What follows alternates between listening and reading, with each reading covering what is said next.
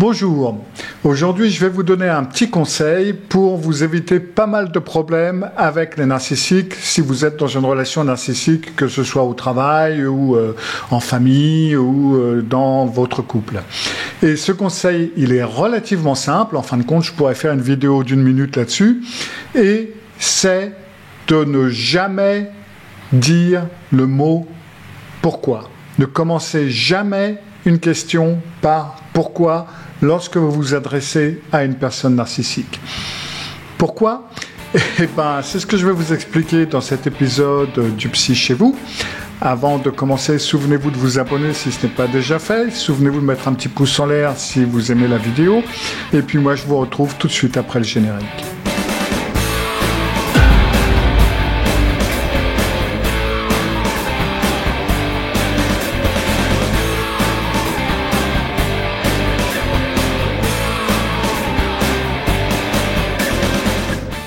Alors je me présente, pour ceux qui ne me connaissent pas ou qui ne me connaissent pas encore, je m'appelle Cyril Malka, je suis psychologue cognitif et comportemental ainsi que hypnothérapeute. Vous pouvez trouver tout mon curriculum vitae sur mon site principal qui est sur malka.fr et là vous pouvez même prendre rendez-vous avec moi en ligne pour des sessions en ligne si besoin. Alors oui, je vous ai dit, ne commencez jamais vos questions par pourquoi lorsque vous vous adressez à une personne ou une personnalité narcissique. Et alors là, vous êtes en train de vous demander, mais pourquoi il dit ça? Quel est le problème? Alors, vous pouvez essayer, hein. Maintenant que vous le savez, maintenant que je vous ai donné le truc, essayez. Posez une question avec pourquoi à une personne narcissique et vous allez voir de vous-même le résultat. Et vous vous dites, mais pourquoi est-ce que c'est un problème de commencer ces questions par pourquoi pour une personnalité narcissique? Eh bien, la première des choses, c'est parce que lorsque vous commencez votre question avec pourquoi, pour qui que ce soit, hein, ça demande à une personne sa motivation. Pourquoi est-ce que tu as ces vêtements?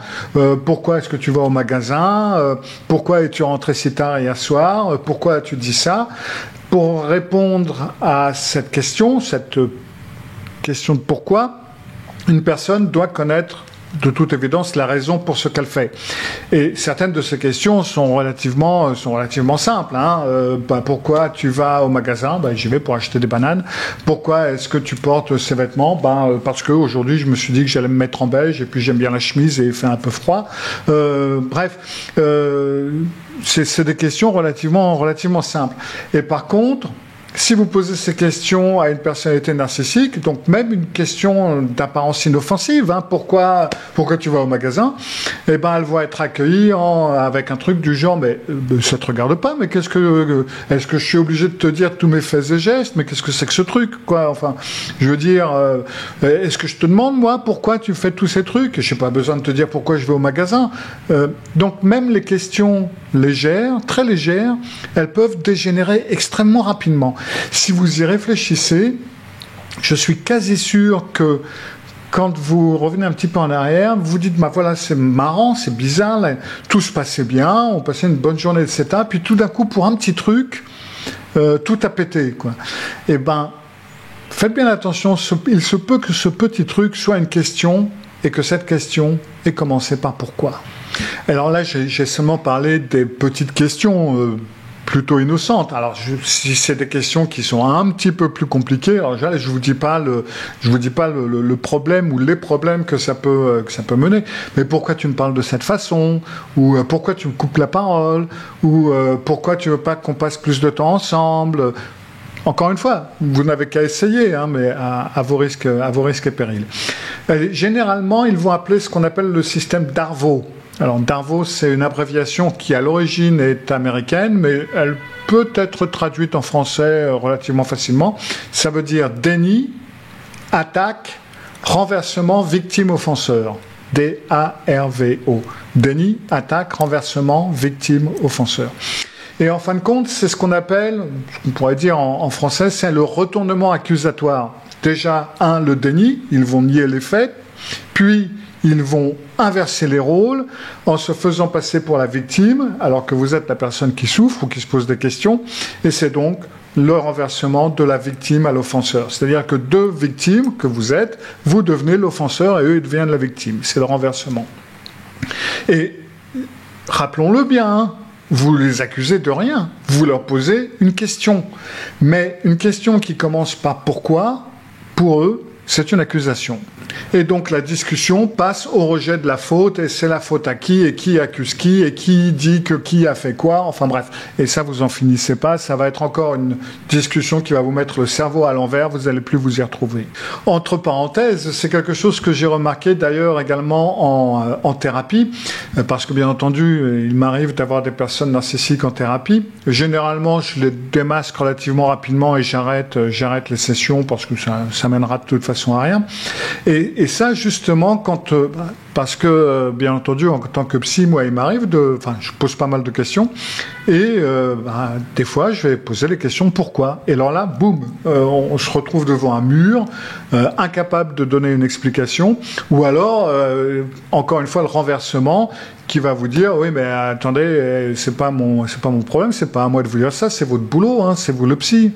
Boum. Renversement. Alors ça n'est pas nécessairement quelque chose qui va me dire « Ok, c'est un narcissique », mais quelque chose qui va me mettre la puce à l'oreille, qui va me dire « Ouf, là, on est peut-être en terrain miné, je suis peut-être en face d'une personnalité un petit peu compliquée ». Vous vous demandez peut-être, mais ok, ou alors vous allez me demander plus facilement, mais pourquoi est-ce qu'on ne peut pas dire le pourquoi? Qu'est-ce qui se passe chez eux? C'est quoi le problème, quoi, en gros? Alors, il y en a plusieurs. L'un des problèmes, c'est que la personnalité narcissique ne peut pas creuser et réfléchir à son monde intérieur. Elles ne peuvent pas non plus comprendre les motivations des autres. Parce que, et ça vous le savez sûrement, si vous êtes dans une relation narcissique, vous allez régulièrement être affublé de certaines motivations que vous n'avez pas par la personnalité narcissique. Il va vous accuser d'avoir des pensées négatives, de le traiter de mauvaise façon, de vouloir une rupture, etc., etc.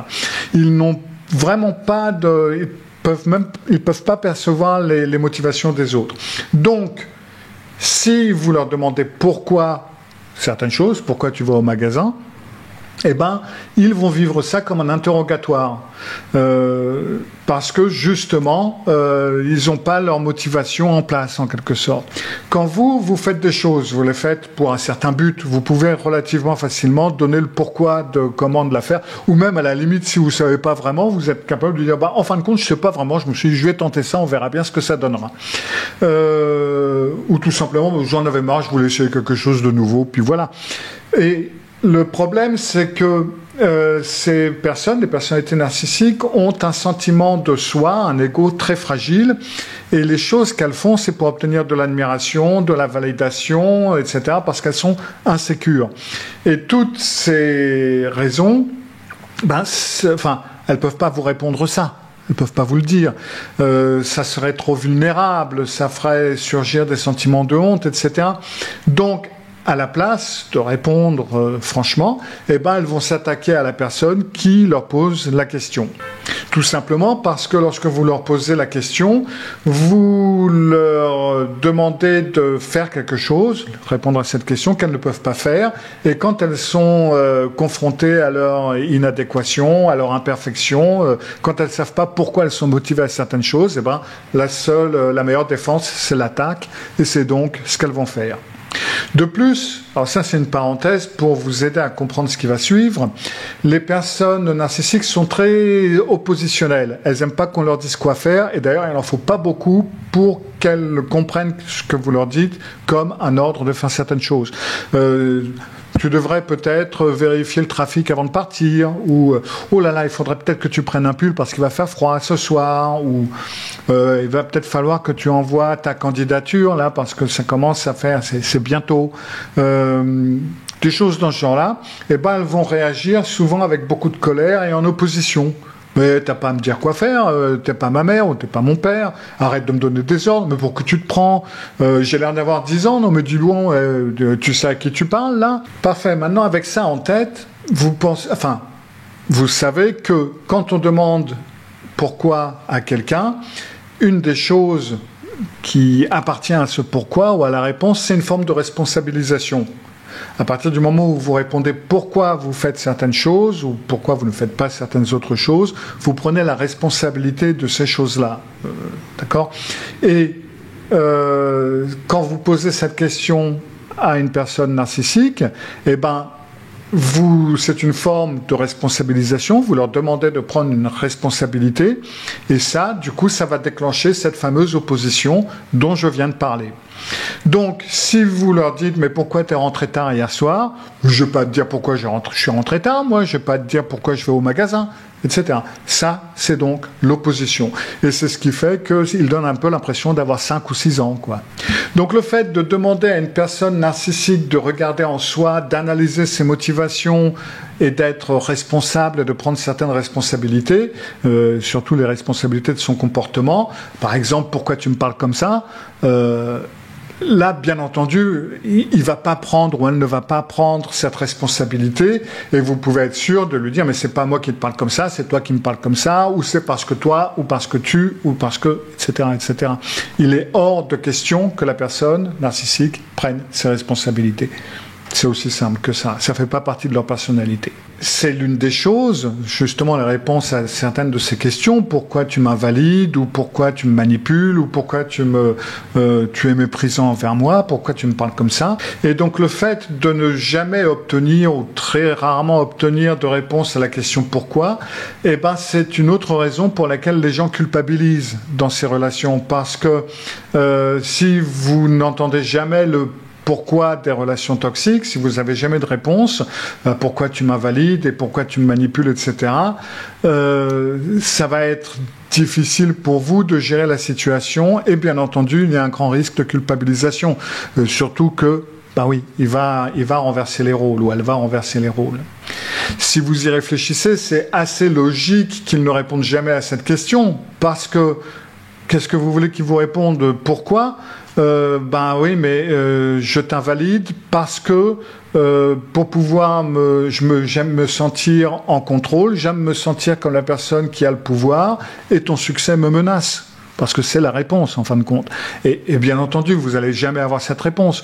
Vous n'allez pas non plus avoir la réponse, oui, mais c'est parce que j'ai un psychisme fragile, je suis entouré de grandiosité, de sentiments que tout m'est dû, et donc je cherche une validation pour apaiser cette insécurité. Et c'est pour ça que je flirte avec tout le monde. Voilà, par exemple. C'est pas le genre de réponse, c'est la réponse. C'est la raison. Mais il ne peut pas vous donner cette réponse, bien entendu, ou elle ne peut pas vous donner cette réponse. Donc il est important pour vous de comprendre que les choses peuvent vraiment basculer d'un moment à l'autre à cause de ce simple mot, à cause de cette simple question qui commence par pourquoi. Alors, vous allez me dire, ouais, mais ça veut dire quoi ? Ça veut dire que toute ma relation, il va falloir que je reste sur un truc superficiel ? Ben ouais. Malheureusement, ou heureusement, parce que ça vous évite des soucis, c'est le cas. Vous ne pouvez pas et vous ne pourrez pas connaître le pourquoi pour la bonne raison que cette personne ne connaît pas les raisons, ne connaît pas les pourquoi, et que toute approche à la personnalité, à l'intérieur de cette personnalité, à l'intimité de cette personnalité, va être contre-attaquée parce que vous allez être reçu et vu comme une menace. Donc, pour tous les sujets importants, pourquoi ils vous maltraitent, etc., vous n'aurez jamais de réponse pour la bonne raison qu'ils ne pensent pas le faire. Et sur les autres sujets, eh ben, vous n'aurez pas vraiment de réponse non plus. Cela veut dire que c'est malheureux, que c'est problématique pour certaines relations. Alors peut-être moins au travail, parce qu'à la limite, vous pouvez vous dire, bon, ça on s'en fout un peu. Mais dans la relation de couple, c'est vrai que ça peut être problématique. Alors oui, ça vous laisse dans une position où vous vous dites, ben, en fin de compte, ça veut dire que j'aurai jamais de réponse au pourquoi, que ce soit pourquoi il m'invalide, ou que ce soit pourquoi il va au magasin ou au supermarché.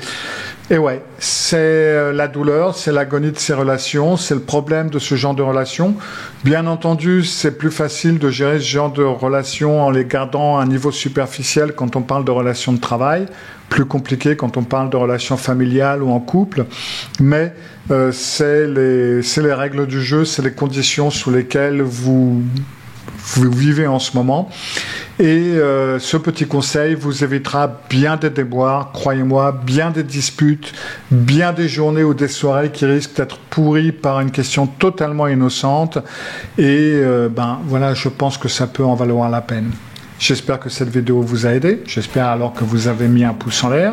Et puis moi, je vous retrouve lundi pour une autre vidéo. Ce sera l'enregistrement du webinaire de dimanche. À bientôt. Au revoir.